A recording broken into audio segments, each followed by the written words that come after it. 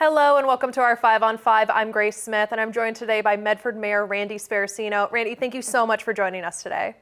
Thank you for having me. Good morning. Good morning. Now, you've been in your role as mayor for Medford for a year now. Can you share your thoughts on the position after your first 12 months? Bill, it's been eye-opening.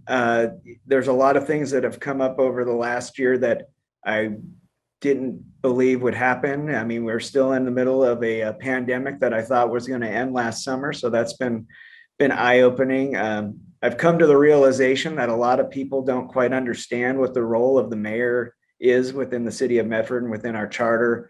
A lot of people believe that I'm in charge of every department and I'm responsible for the supervision of all the department heads, which isn't the case. That responsibility lies within our city manager. A lot of times people think that I'm the main policy driver. And again, that's the responsibility of our city council. They're our policy people. And the other thing I find a lot is people think that this is a full-time job and I'm down here, earning a salary as the mayor. And the mayor is a voluntary position. We don't get paid. None of our elected officials get paid in the city of Medford. So we're down here doing the best we can in a voluntary capacity. And, with all that being said, we have a very engaged council that's moving forward. Our council has been extremely motivated to do what's best for Medford over this past 12 months. Now, speaking of leadership roles, since you retired as chief of police in 2019, Scott Clausen took over the role and now Chief Ivins. What are your thoughts on him and the future of MPD? I think the future of MPD is in good hands. I've known Justin Ivins for 25 years. He was one of my first promotions when I was chief of police, and I'm very confident in his abilities to run the Medford Police Department. Absolutely. Now, there's a number of housing projects in the works throughout Medford.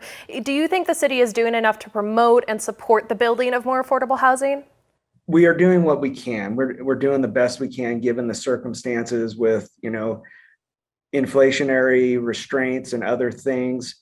As my role as mayor, there are some things that I can do that help improve things. I created an ad hoc committee for developmental processes, and that committee is consistent of several developers from our community, as well as architects and engineers, and we're working on improving the development process to make it more streamlined.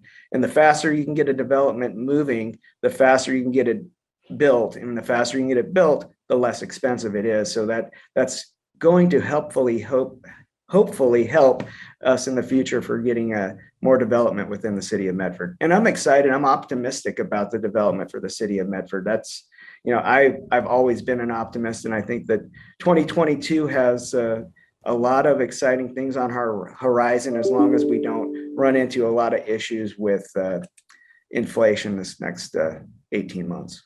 Absolutely. Well, we appreciate your insight. We'll be right back after this break. Welcome back to our 5 on 5. I'm joined today by Medford Mayor Randy Sparacino. Now, Randy, homelessness continues to be a topic of discussion, especially with the recent cold weather. What are you, city manager, and the city council doing to address this issue? Well, the city has a lot of things on its plate to help address the issue. We're in the midst of developing a navigation center, which will be a one-stop shop for homelessness, as well as having a balanced approach to both advocacy and enforcement to ensure that everybody's rights are protected as a result of the increasing homeless population.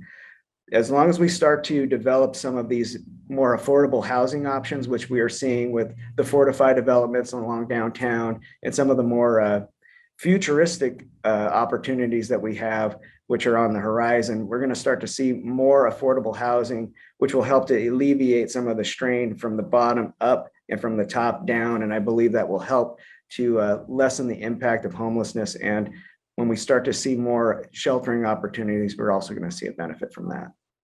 Now, a little broader, looking forward at your goals for 2022 and beyond, we are in the new year. What do you see on the horizon for the city of Medford? Well, we're going to start implementing our council goals, which we have already started, as well as the 2040 vision plan, which kind of interlocks with our council goals. And that was not by design. The 2040 vision plan was driven by our community, not by our elected officials. And they just so happen to coincide. And I see those things being implemented. I believe that we got to take tiny bites at the apple as we go forward. And 2022 is going to be one of those transitional years as we start to see more development on the horizon. We have a lot of hotel properties coming to town, a lot of apartment properties coming into town. We also have the Rogue X Complex, the event center that'll be coming into town, and that will also help and it's starting to drive some more development in the northwest side of town. So we have a lot of exciting things happening on the horizon. So I'm looking forward to 2022 and beyond. Well, Randy, thank you so much for your insight. We really appreciate your time. Thank you for having me. I appreciate it. We'll be right back after this break.